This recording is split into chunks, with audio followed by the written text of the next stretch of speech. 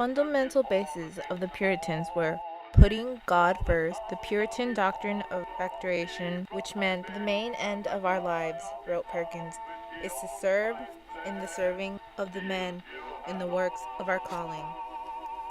All of life is God.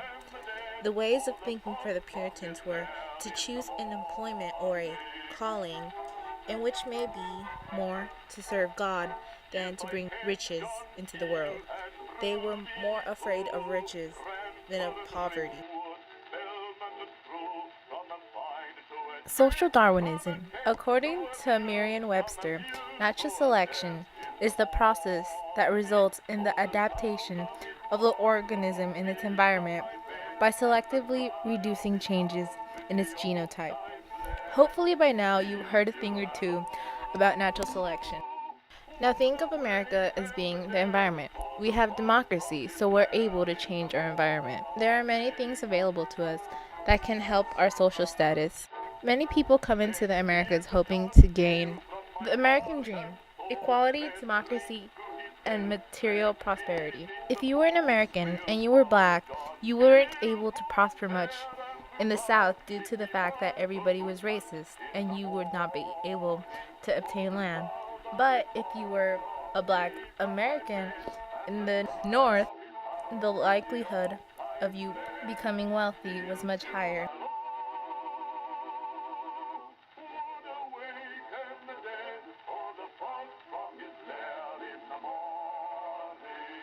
During the Gilded Age, corruption ran high in the government, where they supported the shadow government, who was ran by the bosses and association for political agenda. Most popular, Tammany Hall, ran by Boss Tweed and his goonies, where they used bribery, graft, and rigged elections along with kickbacks to people who owned businesses so they could keep their business going. However, Boss Tweed argued that the monies went to widows, orphans, the sick, and the unemployed. If anyone complained, they would be threatened to raise taxes. Tweed was captured in Spain due to an illustration by Thomas Nast and convicted by Samuel Tilden in 1872. Unlike Tammany Hall, Union Pacific did not give money away. They would use a technique called interlocking dictaries by having other directors control another company, which was Credit Mobiler, that went bankrupt due to inflated prices on services and materials. Another tactic for bigger companies would be to buy out smaller ones to transfer all the assets, which will bankrupt the smaller company and their stockholders. However, that did not stop Pacific Union until the people found out that two congressmen and Grant, vice president, was bribed by them. The Gilded Age also provided a lot of entertainment for its citizens, providing university, movie theaters, and amusement park. The famous one was Coney Island, which became the nation's first modern amusement park, which was open to everyone. There was an increase in sports, especially baseball, along with an increase in attendance for boxing and basketball. The idea of an athletic outdoor women was quite popular, and they were called Gibson girls. People also enjoyed dancing, and that led to an increase in jazz music and patriotic military music. Theaters attracted everyone, but only the rich were able to go. However, in the ethnic communities, they built leisure and amusement park along with salons and churches.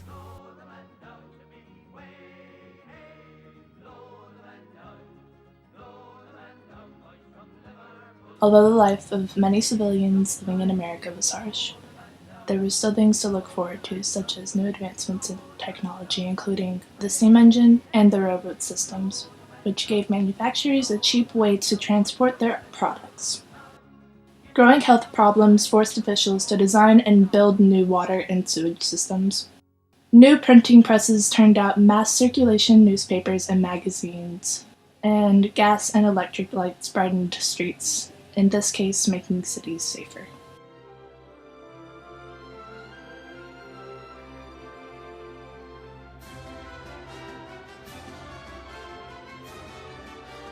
The increase in industry resulted in a growth of the blue-collar working class, of which a large portion of this labor was made up of the millions of new immigrants. Many native rural families moved to the city hoping to find work.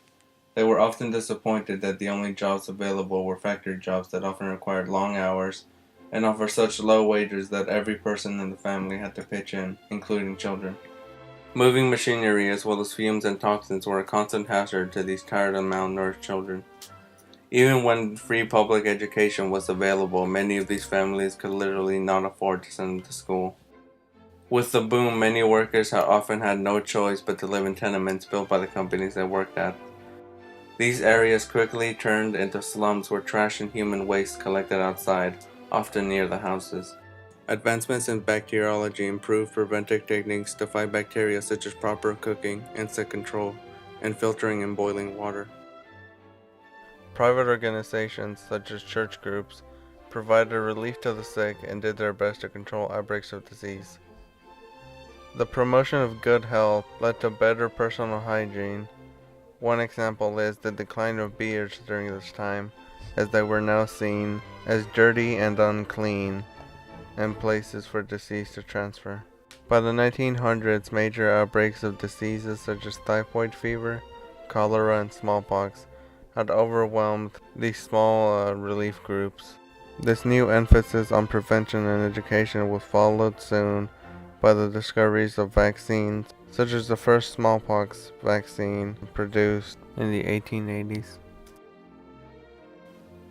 It was common practice at the time to lock the back doors and fire exits so workers could not sneak away products.